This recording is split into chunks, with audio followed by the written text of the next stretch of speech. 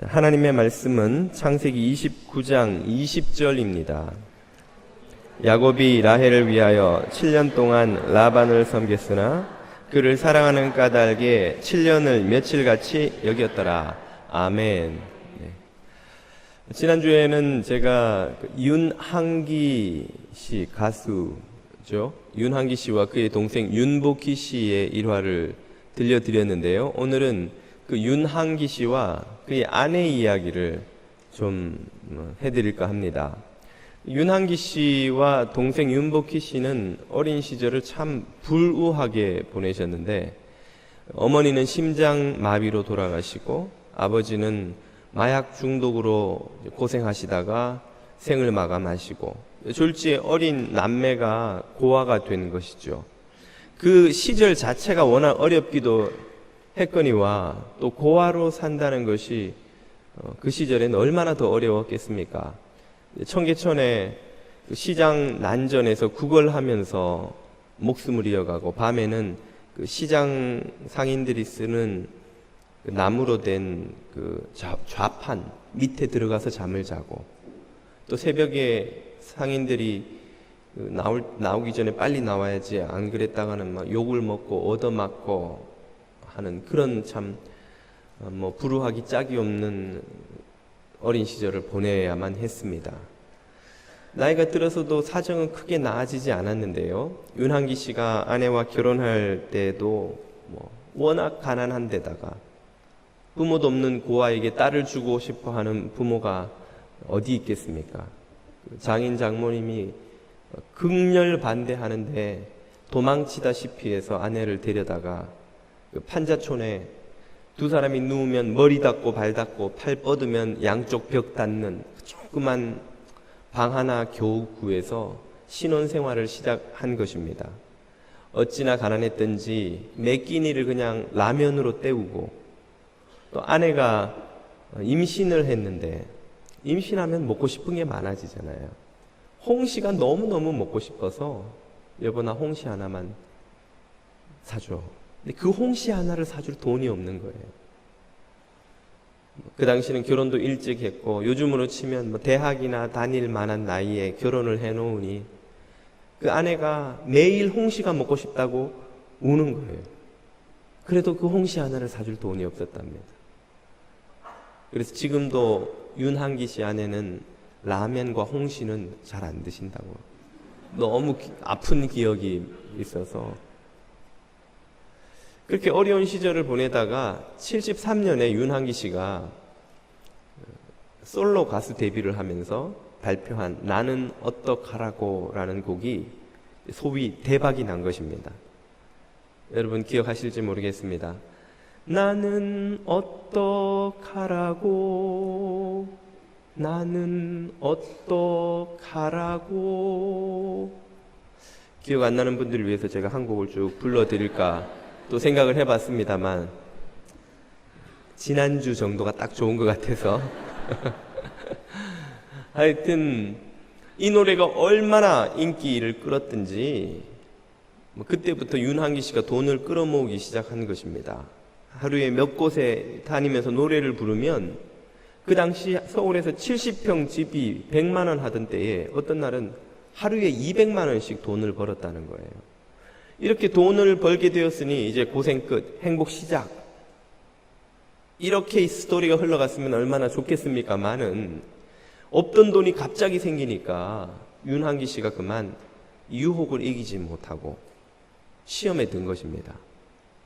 돈이 막 들어오니까 그 돈을 캐시로 주머니에 넣고 다니면서 온 서울의 유흥업소는 다 쫓아다니면서 날마다 술과 방탕한 삶으로 그냥 시간을 허비한 것이죠. 돈을 물 쓰듯 쓰고 온갖 방탕한 짓은 가리지 않고 막 하고 다니고, 그러니 가정생활이 제대로 됐겠습니까? 하루 이틀 외박을 하기 시작하다가 마침내 거의 한 5년간을 집에 들어가지도 않다시피 하고, 돈이 막 주머니에 넘쳐나니까 호텔에서 먹고 자고 하면서 술집에서 거의 살았다는 거예요. 그런 삶을 한 5년을 가까이 하니까 이 몸이 버텨내지를 못한 것입니다. 1977년에 연말 가요 대상 이런 시상식을 하는데 윤한기 씨가 최고 인기상을 수상해서 한 손에 트로피를 들고 그 당시의 그 멋쟁이의 패션인 그 하얀 양복에 하얀 넥타이, 백구두 탁 차려입고는 마이크를 들고 노래를 쫙 부르다가 무대에서 각혈을 하며 쓰러져 버린 것입니다. 그 길 응급실에 실려가서 진단을 받으니까 폐결핵 말기라서 병원에선 더 손을 쓸 수 없으니 집에 가서 한 6개월 정도 살 수 있을 것이다. 의사가 그렇게 진단을 하더라는 거예요. 요즘만 해도 약이 좋으니까 결핵을 그렇게 걱정하지 않습니다만 그 당시는 폐결핵 걸리면 죽는 거였습니다. 요즘 에이즈나 마찬가지였어요. 호텔에 누워서 밤이고 낮이고 이제 죽는다 생각하니까 술밖에는 술로 밤낮을 지새운 겁니다. 그 많던 술 친구들이 폐결핵 없는다고 다 떠나버리고 혼자 호텔에 누워서 술에 취해서 시간을 보내다가 보니까 덜컥 겁이 나더라는 것이죠. 야, 내가 이러다가 여기서 혼자 객사하려나 보다. 그 생각을 하니까 누구한테 연락을 해야 되겠는데 아무리 생각해봐도 연락할 때가 5년이나 집 떠난 그 집에 아내밖에 없더라는 거예요. 야, 어떡하냐. 내가 차마 염치가 있지. 어떻게 아내한테 이제 죽게 됐다고 전화를 하나. 그래도 연락할 때가 거기밖에 없어가지고 전화를 걸어가지고는 그때 전화는 이렇게 돌렸죠. 걸어서는 막 불쌍한 목소리로 사실은 여보 내가 죽게 됐다고 이렇게 막 처량하게 전화를 했더니 혹시나 했는데 아내가 그 전화를 끊자마자 호텔로 달려오더니 자기를 데리고 부축해서 집으로 들어가는 거예요.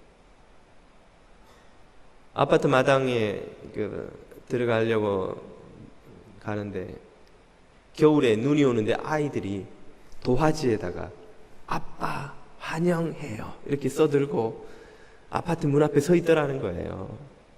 아내를 보고도 눈물이 안 났는데 그 애들을 보니까 갑자기 막 미안하고 죄스럽고 견딜 수가 없어서 막 눈물이 그렇게 펑펑 쏟아지더랍니다. 그렇게 집에 들어가서 한 달을 누워 있으니까 사람이 바짝 말라서 미라처럼 되더라는 것이죠. 아, 이대로 내가 죽는가 보다. 그렇게 생각을 하고 있었는데 아내가 자기를 살리겠다고 40일 금식 기도를 시작하는 거예요. 그리고는 전국을 다니면서 폐결핵에는 개소주랑 배암이 그렇게 좋다고 하는군요. 온갖 개소주는 개를 얼마나 잡았는지 개소주에다 전국 팔도에 뱀이란 뱀은 또 다 잡아와가지고 사온 거겠죠. 잡아왔다기보다 뱀을 한 트럭은 먹은 것 같아요. 그렇게 1년 동안 아내의 기도와 지극정성으로 간호를 받고 1년 만에 윤한기 씨가 건강이 회복된 것입니다. 그래서 그 아내의 인도를 받아 예수를 믿게 되고 또 우리가 지난주에 들은 것처럼 우여곡절 끝에 그분이 음악 목사가 되어서 남은 생애를 주님을 찬양하는 그런 인생을 살게 되었다는 것입니다. 윤한기 씨의 삶은 마지막이 해피엔딩임에 틀림없고 또 하나님의 선택과 인도함을 받은 인생임에 틀림은 없지만 그러나 오늘 제가 주목하고 싶은 것은 그가 겪어야 했던 그 겪지 않았어도 될 숱한 고난입니다. 윤한기 씨의 고난은 말 그대로 그 자신이 선택한 것이죠. 자신의 방탕한 선택의 결과가 겪지 않았어도 될 건강을 잃고 젊은 시절 잘 나가던 때 번 그 많은 돈 다 날리고 가수로서의 이 생활에도 치명타를 입고 엄청난 고생을 하게 되었던 것입니다. 그리스도인들이 하나님에게 선택받은 자녀이고 구원을 약속받은 자녀임에 틀림없지만, 그렇다고 해서 우리가 이 세상에서 취한 그릇된 선택, 그릇된 행동에 대한 대가를 지불하는 것까지 면제되지는 않는다는 것을 우리가 기억해야 합니다. 내가 예수를 믿는다고 해서 도둑질하고 하나님 앞에 회개하고 용서는 받았지만, 그렇다고 법정에 가서 내가 형을 살지 않아도 된다고 주장할 수는 없다는 것이죠. 예수를 믿어도 스피딩하면 티켓 띄고 돈 내야 되는 겁니다. 예수를 믿어도 법을 어기면 하나님의 은혜로 용서받지만 이 세상의 법정에서 감당해야 될 그 대가는 지불해야 되는 것이죠. 이것이 우리 인생에서도 마찬가지여서 우리가 그릇된 선택을 하면 그 대가를 반드시 지불하지 않을 수 없다는 것을 깨달아야 합니다. 그 사실을 오늘 본문의 주인공 야곱이 우리에게 깨우쳐 줍니다. 우리는 야곱이 외삼촌 라반의 집에 도착하는 장면을 오늘 본문 29장에서 살펴보는데요. 시간 관계상 한 30절까지 읽어야 합니다만 그냥 한 절만 대표로 읽고 나머지는 제가 설명을 해드리고자 합니다. 지난주까지 우리는 야곱이 에서의 칼날을 피해 광야를 통과하는, 그러다가 하나님을 만나는 장면을 보았죠. 오늘은 에서가 드디어 하란에 있는 외삼촌 라반의 집에 도착합니다. 그리고 우물가에서 만난 여인이 자신의 외사촌 라헬이라는 사실을 깨닫고, 그가 얼마나 그간 겪은 고생과 마음고생, 이 서러움이 컸든지 이렇게 반응하죠. 본문 11절을 보십시오. 그가 라헬에게 입 맞추고 소리내어 울며, 다 큰 어른이 말이죠. 얼마나 힘이 들었으면, 얼마나 마음고생이 심했으면 처음 보는 외사촌을 붙들고 그렇게 통곡하며 울겠습니까? 야곱의 마음고생, 몸고생을 잘 보여주는 장면이라고 하겠습니다. 그럼 야곱이 이 외삼촌 집에 와서 고생이 끝이 났느냐? 우리가 29장을 잘 읽어보면 진짜 고생은 이제부터입니다. 야곱이 지금까지 한 고생은 고생도 아닌 거예요. 야곱이 이 외삼촌 집에 온 것은 창세기 앞에서 리브가가 이삭과 의논하는 대목에서 드러나듯이 야곱을 결혼시킨다는 명분이었습니다. 그런데 그 고대에는 남자가 결혼을 하려면 여자를 데리고 오는 대가로 장인 어른 집에 신부 값을 내야 했습니다. 여러분 창세기 24장으로 가면 똑같은 이 라반의 집에 아브라함이 아들 이삭의 아내 며느리를 구하려고 종 엘리에셀을 보내죠. 그 엘리에셀이 라반에게 와서 리브가의 오라버니죠. 그때는 이 리브가를 이삭의 아내감으로 데려가기 위해서 많은 보화를 내어놓습니다. 신부 값을 내는 거죠. 그런데 그 리브가의 아들인 이 야곱이 이제 수십 년 후에 똑같이 이 외삼촌 라반의 집에 와서 결혼을 하려고 하는데 내놓을 돈이 없는 거예요. 빈털터리로 왔으니까 축복받고 나온 길이 아닌 거예요. 형의 칼날을 피해 도망오는데 아버지로부터 뭘 한몫 때 받아가지고 신부 값을 챙기고 할 수가 없는 거예요. 그래서 외삼촌과 계약을 맺기를, 외삼촌의 두 딸 레아, 라헬 중에 야곱이 좋아하게 된 라헬을 아내로 얻는 대가로 7년 동안 무임금 노동을 제공하기로 한 겁니다. 이 7년이 말이 좋아 7년이지 그 노동의 질이라는 것이, 나중에 야곱이 라반의 집에서 도망칠 때 막 원망하고 하는 장면을 보면 거의 노예 노동이나 마찬가지예요.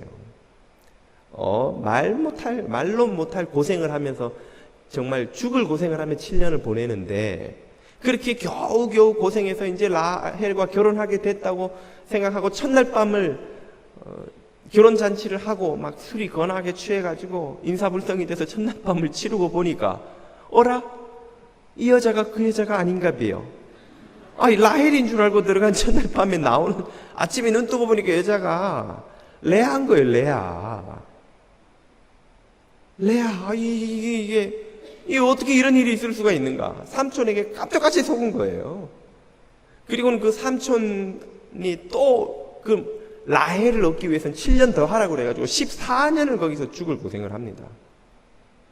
이 고생을 하고 삼촌에게 외삼촌이 외조카를 등쳐먹는 거 아닙니까? 지금 이게 속된 말로 하면 외삼촌한테 당하는 이 야곱의 고생의 이유가 무엇인가? 야곱과 라반 사이의 대화를 보면 그 답이 나옵니다. 야곱이 외삼촌을 원망하죠. 창세기 29장 25절입니다. 야곱이 아침에 보니 아이고 이 여자가 레아라. 외삼촌 라반에게 이르되 내가 라헬을 위하여 외삼촌을 섬기지 아니하였나이까. 외삼촌이 나를 속이심은 어찌 됨이니까. 그러자 라반이 능청스럽게 시침이 뚝 떼고 이르되 언니보다 아우를 먼저 주는 것은, 여기 괄호 안에 있는 표현은 성경에 없습니다만 문맥을 보면 라반의 속마음인 거예요. 라반이 지금 진짜 하려는 말이 이 말인 거예요. 언니보다 아우를 먼저 주는 것은 너희 지방에서는 어떨지 모르겠다만 우리 지방에서는 하지 아니하는 바이라. 이게 무슨 말입니까?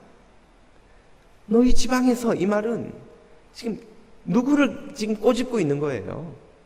야곱, 너는 형의 장자권을 가로채고 여기 도망왔지만 우리 지방에서는 그런 짓 하면 안 된다, 이 말이에요. 우리는 언니가 먼저 결혼해야지 동생이 결혼하는 법 없다. 우리 지방에서는. 동생 먼저 결혼하신 우리 자매님들, 한국에 사는 것을 하나님께 감사하시기 바랍니다. 라반이 하는 말은 지금 동생이 형보다 먼저 되는 일은 있을 수 없다. 누구를 비난하는 거예요, 사실은. 야곱을 비난하는 거예요. 네가 지금 형의 축복권을 가로채고 오지 않았냐? 그런 숭악한 짓을 나더러 하란 말이냐? 라고 오히려 야곱을 비난하면서 자신의 행동을 정당화시키는 겁니다. 이런 경우를 두고 야곱이 적수를 만났다, 이렇게 말하는 거예요. 야곱이 잔꾀로 치자면 둘째 가라면 서러운 인생이 야곱인데, 이 야곱은 제대로 된 적수를 만난 거예요. 사기꾼 중에 사기꾼, 킹 오브 사기꾼, 사기꾼을 등쳐먹는 사기꾼 외삼촌 라반을 만난 거예요. 나중에 야곱이 도망치면서 막 나중에 화가 나가지고 라반한테 쏟아붓는 걸 보면 라반이 야곱을 10번이나 속여먹어요. 성경에 나오는 거는 요 한두 번밖에 없지만 이외에도 숱하게 야곱이 당했다는 거예요, 라반한테. 그 정도로 탁월한 사기꾼이 라반입니다. 라반이 지금 야곱을 속여먹고도 오히려 야곱을 더 비난하는 거예요. 야, 너는 형 축복 가로채고 여기 왔지만 여기서는 그런 짓 하면 안 돼, 이 뜻이죠. 그러니까 어쩔 수 없이 내가 언니를 먼저 줄 수밖에 없잖아 라고 자기의 거짓을, 자기의 사기를 야곱에게 오히려 뒤집어 씌우는 것입니다. 지금 이 대화가 우리에게 깨우쳐 주는 바가 무엇입니까? 야곱이 겪고 있는 이 고생이 결국 누구 때문이라는 거예요? 야곱 자신 때문이라는 겁니다. 자기가 뿌린 씨를 자기가 거두어 드리는 거예요. 자기가 형 속인 대가를 지금 치르고 있는 겁니다. 야곱이 사람들을 속여서 잘 살 줄 알았어요. 아버지도 속이고 형도 속이고 그 대가로 축복권 가로채고 잘 살 줄 알았는데 막상 살아보니까 어떻게 됐다는 이야기입니까? 자기가 남한테 한 짓 그대로 그 몇 배로 당한다는 이야기예요. 야곱이 아버지 속이고 형 속이지만 나중에 누구한테 속습니까? 결국 지금 라반한테 속아서 참 죽을 고생을 하죠. 나중엔 또 누구한테 속아요? 자기 자식들한테도 속아요. 12아들 중에 형들이 이 야곱이 좋아하는 요셉을 미디안 상인들에게 노예로 팔아버리고 그 옷을 찢고 짐승피를 묻혀가지고 와가지고는 아버지 좋아하는 아들이 들판에서 짐승한테 잡아먹혔나 봐요. 야곱이 얼마나 슬퍼했던지. 여러분, 슬픔이 너무 크면요 갑자기 머리가 이렇게 셉니다. 스트레스를 너무 받아도 그렇고. 모르긴 해도 야곱이 거기에 그 일 겪고 한 10년은 그냥 늙어버렸을 거예요. 야곱이 언제까지 속아요? 나중에 이집트 가서 요셉이 살아있다는 걸 알고 충격을 받을 그때까지 수십 년을 아들들한테 속아서 살아가는 거예요. 속은 채로. 아이고, 내 아들 요셉 죽었구나. 야곱이 지금 형 속이고 아버지 속인 걸 어떻게 돌려받습니까? 되로 주고 말로 돌려받는 거예요. 자기가 그 아버지 형 속이고 잘 살 줄 알았는데 외삼촌한테 당하고 심지어 아들들한테 당하고 뿌린 그대로 거둔다는 겁니다. 이게 우리 인생의 법칙이에요. 자문에 보면 너희 식물을 물 위에 던지라. 여러 날 후에 찾으리라. 이게 무슨 말입니까? 사람들 가난하고 힘없고 어려운 이웃들에게 너희 것을 나누어 주고 베풀면 그걸 음식을 물 위에 던지는 거하고 똑같다는 거예요. 흘러가는 강물에 여러분 쌀이나 양식 갖다 던져보세요. 어떻게 됩니까? 그냥 떠내려가서 다시는 못 찾죠. 끝이에요. 그건 굿바이인 거예요. 그런 것 같은데 어떻게 된다는 거예요? 여러 날 후에 다시 찾는다는 겁니다. 선을 행한 것은 그것이 잊혀진 것 같지만 그것이 무시당한 것 같지만 결국 선으로 하나님이 갚아주신다는 거예요. 똑같이 악을 행한 것은 누군가를 속인 것은 죄를 선택한 것은 사람들이 모르는 것 같지만 묻어버린 것 같지만 아무도 모르게 혼자 한 것 같지만 결국 돌아서 다 나한테 돌아온다는 거예요. 우리가 뿌린 그대로 거두는 것이 인생의 원리입니다. 이 세상에도 콩 심은 데 콩 나고 팥 심은 데 팥 나는 것처럼 우리 인생에도 선을 심은 데서 선이 나오고 악을 심은 데서 악이 나온다는 거예요. 우리가 배우자를 속이고 고객을 속이고 동료를 속인 것은 그대로 대가를 치르게 됩니다. 부정과 불성실과 부패와 죄를 선택한 것은 그대로 다 값을 치르게 된다는 거예요.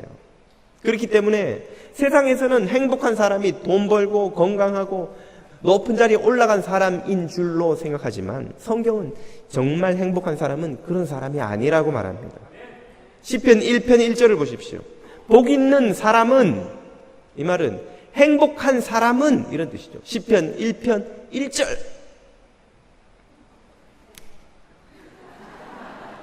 사운드 센서가 있는데 제가 몰랐습니다.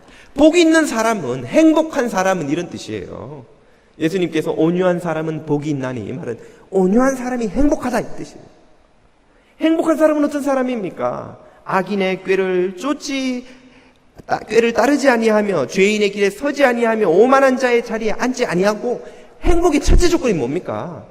죄와 악과 오만을 멀리하는 거예요. 왜? 그걸 선택하면 당장은 잘 사는 것 같아도 결국은 몇 배로 피눈물 흘리며 회한에 빠지는 대가를 치르게 되기 때문이에요. 그런 어리석은 선택을 왜 하냐는 거예요. 진짜 행복한 사람은 부정을 택하지 않습니다. 불의를 택하지 않습니다. 죄와 악을 통해서 뭔가를 얻는 길을 좋아하지 않습니다. 진짜 행복한 사람의 길은 2절 오직 여호와의 율법을 즐거워하여 그 율법을 주야로 묵상하는 자로다. 하나님의 말씀이 마음과 삶에 있는 사람을 말하는 거예요. 그 사람의 선택과 행위와 언행 안에 하나님의 말씀이 스며 있는 사람. 여러분, 섬유에다가 향수를 잔뜩 뿌리고 나오면 향기가 나요. 섬유 안에 향기가 스며 있기 때문에 그런 것이죠. 우리의 영혼 안에 말씀을 뿌려놓으면 그 말씀에 향기가 나는 것입니다. 그런 사람이 행복한 사람이라는 거예요. 저 사람은 생각하는 게 참 바르구나. 저 사람은 참 성경을 늘 묵상하더니 정말 언행, 심사, 생각하고 행하고 말하는 것 안에 성경이 묻어나오는구나. 그런 사람이 행복하다는 거예요. 그런 사람이 어떤 사람이기에 3절은 말합니다. 저는 시냇가에 심은 나무가 시절을 쫓아 과실을 맺으며 그 잎사귀가 마르지 아니함 같으니 그 행사가 다 형통하리로다. 아멘. 진짜 행복한 사람은 말씀 위에 뿌리 내리고 시냇가에 심은 나무처럼 푸르르게 살아가는 사람인 줄로 믿습니다. 사랑하는 교우 여러분, 저와 여러분의 인생은 시냇가에 심은 나무처럼 말씀 위에 뿌리 내릴 수 있기를 축복합니다. 그런데 목사님, 저는 이미 과거에 돌이킬 수 없는 잘못을 많이 했습니다. 저같이 절망적인 인생은 어떻게 합니까? 우리 마음에 그런 염려가 될 수도 생길 수도 있겠죠. 바로 그런 이들에게 주는 은혜의 빛, 희망의 빛이 이 본문에는 있습니다. 그것을 우리는 20절과 30절에서 차례로 발견합니다. 20절, 야곱이 라헬을 위하여 7년 동안 라반을 섬겼으나, 여기 참 기적 같은 일이 일어나죠. 그를 사랑하는 까닭에 7년을 며칠같이 여겼더라. 여러분, 7년이 얼마만하게 느껴졌다고요? 며칠처럼. 어떻게 그런 일이 있을 수 있습니까? 7년이, 아니, 7일도 아니고, 7주도 아니고, 7달도 아닌 7년이 어떻게 며칠처럼 후딱 지나가 버릴까요? 그 답이 본문에 나와 있잖아요. 사랑하기 때문에, 어제는 사랑하기 때문에, 사랑 때문에 이 7년이 며칠처럼 후다다다닥 지나가 버렸다는 거예요. 여러분, 힘든 시간은 어때요? 안 가죠. 그러나 행복한 시간은 금방 가죠. 아니, 주말은 왜 이렇게 안 오는지. 그러다 휴가 일주일 받으면, 와, 일주일이면 내가 7일 동안 아침에 늦잠 자도 되겠다 하고 싶은데, 일주일은 왜 그렇게 빨리 가는지. 일주일은 하루도 안 지낸 것 같아요. 눈 몇 번 감아떴더니까 일주일 끝나버리고. 한 몇 주 지난 것 같은데 월요일 지나고 아직도 수요일이에요. 또 한 며칠 지난 것 같은데 아직도 수요일 오후예요. 시간이 한 거, 시간이. 군생활 3년도 한국의 남자들 힘이 들어서 일을 부두둑 갈고 군대에 있는 쪽으로는 일도 안 본다는데 7년을 노예처럼 일하는 게 어떻게 그렇게 쉬울 수 있겠어요? 그런데 야곱은 그날이 그 7년이 며칠처럼 지나갔다는 겁니다. 30절은 또 말하죠. 야곱이 또한 라헬에게로 들어갔고 그가 레아보다 라헬을 더 사랑하여 7년 동안 라반을 섬겼더라. 한 여자를 사랑해서 14년을 이렇게 며칠처럼 보낸다는 게 여러분 말이 쉬워 그렇지.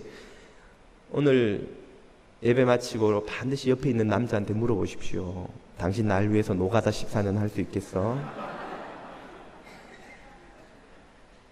예, 우리 불가능한 질문 아예 하지 말고 1년 4개월로 합시다. 당신 날 위해서 1년 4개월 동안 죽을 고생하면 노가다 한번 해볼 수 있겠어? 제가 가정에 평화를 드려야 되는데 불화를 드리는 것 같아서 좀 죄송합니다. 질문 그냥 안 하는 걸로 하시죠. 예, 우리 다 가정을 평화롭게 하기 위해서. 한 여자를 위해서 야곱이 14년을 며칠 보낸 것처럼, 며칠 두 번이니까 한 일주일 보낸 것처럼 후딱 지나가 버린, 그만큼 행복하고 기쁘고 어쩔 줄은 모르게 이 자기의 어리석고 야비한 선택의 결과로 맞이하게 된 고생이 이 사랑으로 말미암아 구원을 받는 거예요. 여러분, 야곱은 일생도록 남을 위해서 뭘 해본 적이 없는 인생입니다. 지금까지도 그랬고요. 앞으로도 그래요. 앞으로도. 야곱의 평생의 걱정거리 딱 하나, 내 한 몸입니다. 내 한 몸. 야곱이 누군가를 걱정해 주는 법이 없어요. 여러분, 세겜에 돌아와서 정착해서 딸 디나가 욕을 당하죠? 욕을 부르는 그 순간에도 야곱은 입 꼭 다뭅니다. 왜? 자기 몸에 해가 돌아올까 봐. 그러다가 성격 급한 아들들 둘이 나가서 여동생 복수한다고 막 칼질하고 돌아왔을 때도 야곱이 흥분해가지고 막 아들들한테 소리친 내용이 뭔지 아세요? 너희들 때문에 우리가 죽게 됐다는 게 아니에요. 너희들 때문에 내가 죽게 됐다는 거예요. 내가. 이 원주민들이 이제 동맹 맺은 부족들이 다 칼 들고 쫓아오면 내가 죽는다. 내가 이때까지 어떻게 살아왔는데. 그때도 야곱의 관심은 그 딸도 아니고 딸의 명예도 아니고 이 아들들의 안위도 아니에요. 자기 한 몸밖에는 걱정이 없는 인생이 야곱입니다. 그런 야곱이 평생에 거의 유일하게 누군가를 위해 조건 없이 희생적으로 수고한 유일한 경험이 바로 이 사건 하나예요. 라헬에게 그만 사랑에 빠져가지고 이 고생스러운 14년을 며칠 보내는 것처럼 기쁘게 후다다다닥 보내는 야곱의 인생을 지금 사랑이 구원해주고 있는 것입니다. 사랑은 우리의 인생을, 절망적인 인생마저도 구원하는 기적을 일으킵니다. 여러분, 찰스 콜슨의 이야기를 저도 해드린 기억이 있고 들어보셨으리라 생각합니다. 1974년에 찰스 콜슨은 닉슨 대통령 법률 보좌관으로 일하다가 워터게이트 사건의 배우로 지목돼서 감옥에 갇히죠. 그때까지만 해도 찰스 콜슨의 별명은 사악한 천재, 술수의 달인이었습니다. 그는 닉슨 대통령을 재선시키고 닉슨의 이 권력을 유지하기 위해서 온갖 권모술수를 그의 좋은 머리로 가리지 않고 저지르는 사람이었습니다. 심지어 그는 말하기를 닉슨을 재선시킬 수 있다면 나는 내 할머니라도 밟고 지나가겠다라는 말을 해서 욕을 바가지로 먹고도 그래도 자기는 그런 삶을 후회하지 않는다고 말하는 그런 인물이었어요. 그런 그가 감옥에 gat히자 그의 영혼을 불쌍히 여긴 3명의 상원 의원이 있었습니다. 그리스도인인 이 헤드필더, 휴트, 그리고 퀴에라는 이름의 3명의 상원 의원이 이 찰스 콜슨을 위해 기도하고 교도소로 그를 방문하고 그를 위해서 성경과 좋은 신앙 서적들을 선물하면서 그를 전도하려고 애썼습니다. 고맙긴 하지만 그래도 마음이 크게 열리지 않았던 찰스 콜슨을 결정적으로 마음을 열게 만든 사건이 있었습니다. 그 셋 중에 이 퀴에라는 상원 의원은 원래 변호사 출신이었는데 미국의 형법 중에 그 특별 조항으로 다른 사람이 죄수의 형기를 대신 복역함으로써 치를 수 있게 해주는 그런 조항이 있다는 걸 알아냈습니다. 그리고는 법원에다가 자기가 찰스 콜슨을 대신해서 남아있는 형기를 치르겠다고 청원을 한 거예요. 물론 법원에서는 그 청원을 거절했지만 그 소식을 들은 찰스 콜슨이 크게 충격을 받습니다. 아니, 나하고 밖에서는 정적으로 있던 서로 민주공화 서로 원수처럼 지내던 정적들인데 이 인간들이 왜 나를 이렇게 염려해주고 심지어 날 대신해서 감옥 생활을 하겠다고 나서는가. 그때 찰스 콜슨의 마음이 크게 열린 거예요. 그리고 마침내 그는 감옥에서 예수 그리스도의 사랑을 받아들이고 기독교인으로 회심합니다. 그가 주님의 사랑을 받아들이고 나자 이제 나도 주님의 사랑을 전하며 살아야 되겠다는 마음이 생기는 거예요. 이웃들에게 이 사랑을 전해야지.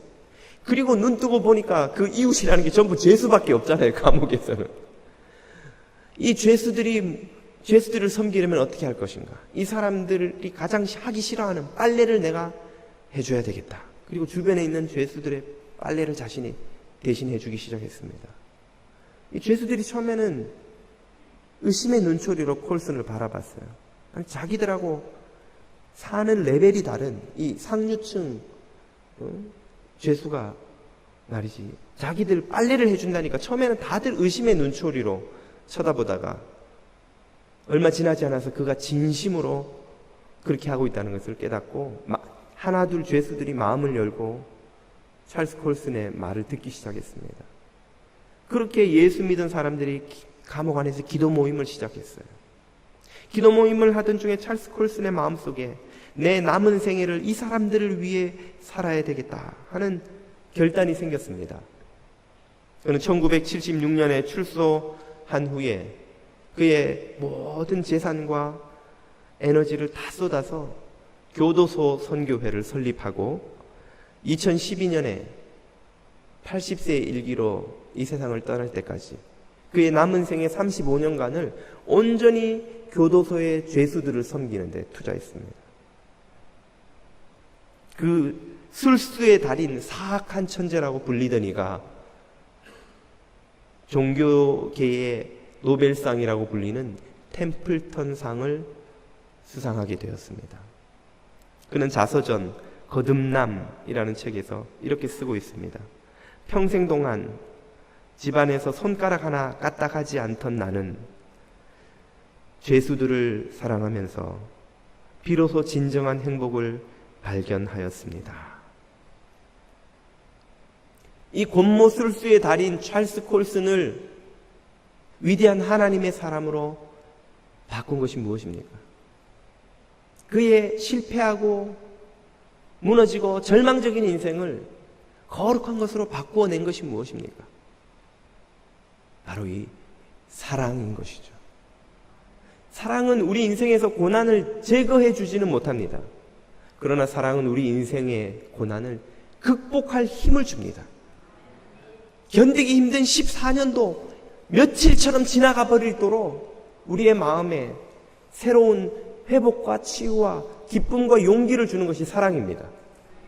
그 사랑의 힘이 우리를 구원하는 것이죠. 그래서 예수님도 3번이나 예수님을 부인한 실패한 베드로에게 말하기를 네가 어떻게 그렇게 할 수가 있느냐? 네가 또 그렇게 할 거냐? 하지 않으시고 베드로야, 네가 나를 사랑하느냐? 네가 나를 사랑하느냐? 베드로야, 정말 네가 나를 사랑하느냐? 오직 베드로에게 그의 사랑만을 확인하셨던 것이죠. 그거면 됐다는 거예요. 그 사랑이 바로 너를 치유하고 회복하고 새롭게 만들 것이다.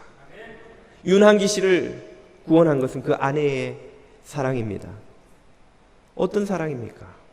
주님으로부터 받은 사랑이요, 주님을 향하는 사랑이요, 주님을 향하고 있기 때문에 형제 자매에게도 나아가는 사랑인 것이죠. 그 사랑이 어떤 것인지 로마서 5장 8절에서 들어보십시오. 우리가 아직 죄인 되었을 때에 그리스도께서 우리를 위하여 죽으심으로 하나님께서 우리에 대한 자기의 사랑을 확증하셨느니라. 아멘. 하나님이 당신의 독생하신 아들을 십자가에 매어 다시면서까지 우리에게 부어주신 그 사랑이 우리를 구원하고 우리의 절망적인 인생을 축복의 인생으로 변화시키는 것입니다.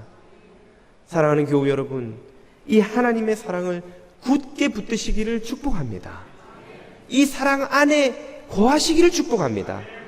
이 사랑이 저와 여러분의 삶을 구원하고 치유하고 회복시키고 새롭게 할 줄로 믿습니다. 아멘.